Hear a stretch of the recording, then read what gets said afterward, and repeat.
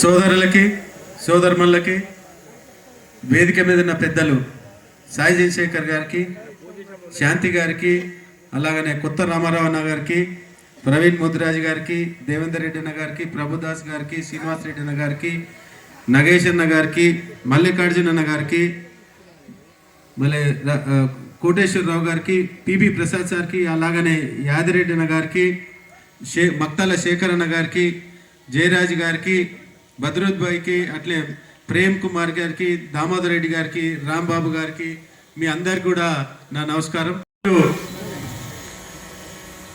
ఈ స్టేజ్ మీద ఉండడం కారణం మీ అందరికి కూడా తెలుసు. ఆ రోజు కేసీఆర్ గారు కానీ, కేటీఆర్, హరీష్ రాన్న నాకు టికెట్ ఇప్పించి గెలిపించిండ్రు. మీరందరూ కూడా అంటే వాళ్ళు టికెట్ ఇప్పించినందుకు మీరందరూ కూడా హానెస్ట్గా మీరందరు నాకు సపోర్ట్ చేసి సుమారు 50,000 మెజార్టీతో గెలిపించినందుకు మళ్ళీ ఒక్కసారి మీకు కృతజ్ఞతలు తెలుపుకుంటున్నాను. మీ అందరు తెలుసు, మా అన్న ఇక్కడ మున్సిపల్ చైర్మన్ ఉండే, అలాగనే ఎమ్మెల్యే, టీటీడీ బోర్డు మెంబర్ ఉండే, ఎక్కడ కూడా డబ్బులు తీసుకోకుండా హానెస్ట్గా పనిచేసి మీ అందరికి ఐడియా ఉంది. నేను కూడా అదే లైన్లో ఈరోజు పోతా ఉన్నాను.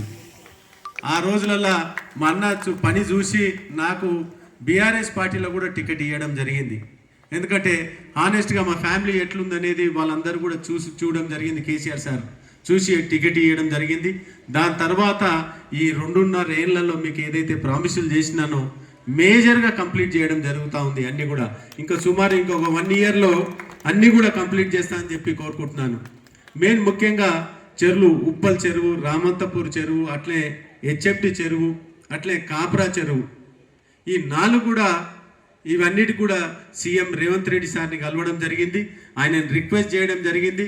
జరిగితే ఆయన ఒకటే అన్నాడు, నేను డెఫినెట్గా పార్టీలకు నాకేం సంబంధం లేదు, ఫస్ట్ ఎలక్షన్లప్పుడు మనం పార్టీలు చూసుకుందాం, ఇప్పుడైతే డెవలప్మెంట్ నాకు ముఖ్యం కాబట్టి నేను అడగంగానే డెవలప్మెంట్కి తను ఇచ్చిండు కాబట్టి థ్యాంక్ యూ అన్న.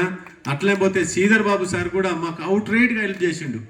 అలాగనే హైడ్రా కమిషనర్ గారు రంగనాథన్ సార్ కూడా మేము ఎప్పుడు పోయినా కూడా రెస్పాన్స్ ఇచ్చి నేను చెప్పడం జరిగింది, సార్ ఇక్కడ ఉన్న దోమలు మీకు సిటీలో ఎక్కడ ఉండే సార్, మా అక్కడ నాచారంలో ఎంత అంటే స్లమ్స్ ఉన్నాయి, చుట్టుపక్కల మంచి కాలనీస్ ఉన్నాయి, వీళ్ళందరూ ఉండలేకపోతున్నారు అని చెప్పడం జరిగింది.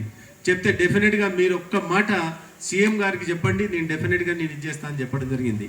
ఆయన చెప్పినట్టే నేను సీఎం గారిని కలవడము, ఇవన్నీ శాంక్షన్లు ఇవ్వడము, ఈరోజు ఈ ప్రోగ్రాం మనం చేసుకోవడం మామూలు మాట కాదు. ఇది 50 ఏళ్ల కళ మనకి ఈరోజు మనకు జరుగుతూ ఉంది.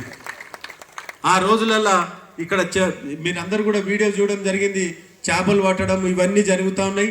నెక్స్ట్ కూడా ఒక ఏడాది తర్వాత అదే జరుగుతుంది. అలాగనే ముఖ్యంగా నేను ఇక్కడ కాలనీవాసులకు నేను ఒక స్విమ్మింగ్ పూల్ అడుగుతానని చెప్పి కోరుకుంటున్నాను. డెఫినెట్గా ఏదన్నా ఒక సైడ్కు స్విమ్మింగ్ పూల్ ఇస్తే మన కాలనీస్ వాళ్ళు కానీ బస్తీలోళ్ళు కానీ అందరు కూడా బాగుంటుందనే ఉద్దేశంతో ఒక స్విమ్మింగ్ పూల్ కూడా అడిగి ఇక్కడ కట్టిస్తానని చెప్పి కోరుకుంటున్నాను. ఇంకా పటేల్కుంట చెరువు కూడా మీకు తెలుసు, అది కూడా డెఫినెట్గా తొందరలోనే, అదొకటి. రామంతపూర్ చిన్న చెరువు, మన కాన్స్టిట్యున్సీలో 2 చెరువులు మిగిలినాయి. ఇప్పుడు ఆ 2 కూడా ఎట్లైనా తిప్పలు పడి తీసుకొస్తా అని చెప్పి కోరుకుంటున్నాను. అలాగనే డెవలప్మెంట్ విషయానికి వస్తే రోడ్లు, డ్రైన్లు, మనకు కావాల్సినవి అన్ని, స్టామ్ వాటర్ డ్రైన్లు, ఏది కావాలన్నా కూడా నేనే ఒక్కరిని ఆఫీసులలో తిరిగి తీసుకొస్తా ఉన్నాను. నేను మధ్యాహ్నం కార్పొరేటర్లు పోయినా కూడా అవసరం ఉంటే వాళ్ళని యూజ్ చేసుకుంటున్నా, లేకపోతే నేను ఒక్కరినే తిరుగుతూ ఉన్నాను. నేను ఆ రోజులలో ఎలక్షన్ల బిఫోర్ నేను ప్రామిస్ చేయడం జరిగింది, నేనే తిరుగుతాను, లేకపోతే ఆఫీసర్లు మీ ఇంటికి అంటే మన బస్తీలకు తీసుకొస్తా అని చెప్పడం జరిగింది. కానీ బస్తీలకు ఆఫీసర్లు వచ్చే పరిస్థితి లేదు, ఎందుకంటే నేను ఆపోజిషన్ ఎమ్మెల్యే ఉన్నా కాబట్టి చాలా మటుకు రావడం లేదు. కాబట్టి నేను వాళ్ళ దగ్గర తిరుగుతూ ఉన్నాను, మీరు మాత్రం తిరగొద్దని చెప్తా ఉన్నాను. డెఫినెట్గా మీ పనులు ఏది ఉన్నా నాకు చెప్పండి, నేనే తిరిగి మీకు ఆర్గనైజ్ చేసి వర్కులన్నీ తెస్తా అని చెప్పి కోరుకుంటున్నాను.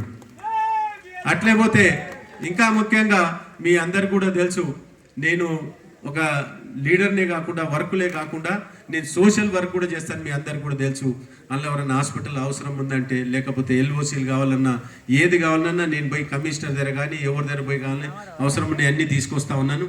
మీకు ఏ అవసరం ఉన్నా కూడా ఆ హాస్పిటల్ సంబంధించింది డెఫినెట్గా మీ అందరికి కూడా సపోర్ట్ చేస్తాను. అట్లే ఎడ్యుకేషన్ విషయానికి వస్తే మీ అందరికి కూడా తెలుసు, ఎంబీబీఎస్ ర్యాంకు ఎవరికైతే వస్తుందో, బీడీఎస్ ర్యాంక్ వస్తుందో వాళ్ళకి 5 ఏళ్ళు ఫీజు నేను కడతానని చెప్పి ప్రామిస్ చేసినాను. అవి కడతా ఉన్నాను నేను. ఇంకా కూడా ఎన్ని వస్తే అన్ని డెఫినెట్గా కూడా కడతా.